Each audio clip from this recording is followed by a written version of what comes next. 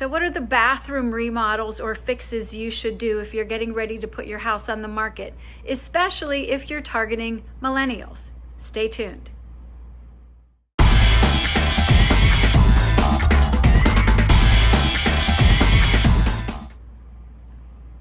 Okay, so last week I talked about things you should put in your kitchen or changes you should make to your kitchen if you're going to put your house on the market and you're in that price range where millennials are probably going to be buying. So this week I want to talk about some of the things that millennials are looking for in bathrooms. There are probably a handful, but the top three are: first, they are looking for both a tub and a shower, and they like the showers a little bit bigger, and if they can have multiple heads in the shower, multiple spray nozzles, that is something that they're looking for. The second big ask is a double vanity. Now, if you don't have the space, that's going to be a little more difficult, so I'll talk about some things that you can maybe do to help that along, but that's another one, the double vanity, so that both adults in the household can have their own space to get ready. And finally, there does seem to be a push for that whirlpool tub that some people have been getting rid of. So if you have one, it might not be a bad idea to keep it. Just make sure that it's functioning. So what do you do to address these three big things? So let's address the first one. What if you don't have the space for both a shower and a tub? One of the things you can do is offer a credit toward that, so that if those people want to try to do something to fix that, there's a little bit of money going toward that will help out that situation.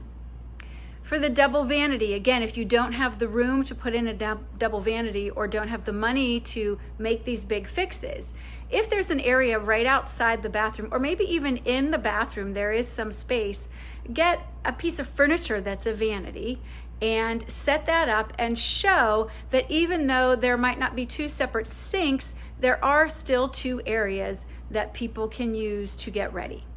The whirlpool tub, if you don't have the room for it, can't really do anything about that unless you want to do a big remodel.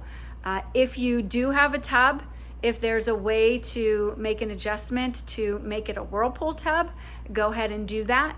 Some people have whirlpool tubs already and have been considering getting rid of them because they don't use them. So if you have one, just keep it, make sure that it's functioning. As far as decor, because there are a few other little things that the millennials are looking for. They do want linen closets, that space to be able to store things. They do like the idea of a private toilet, so if you have that, that's great. And they also do like technology, newer technology.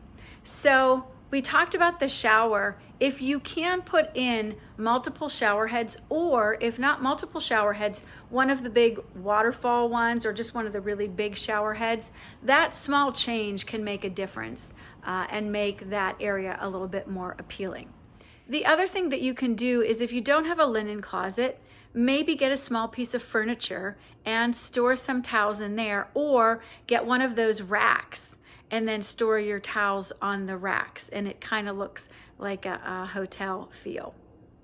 If you don't want to or can't afford to do a big remodel, then keep in mind that the look right now seems to be bathrooms that kind of look like spas. So you can do little things like adding a shiplap to a wall, or putting candles and stones and kind of setting them up in the corner there on the sink, and not having the other clutter that's usually in a bathroom on the sink for when you're showing your house.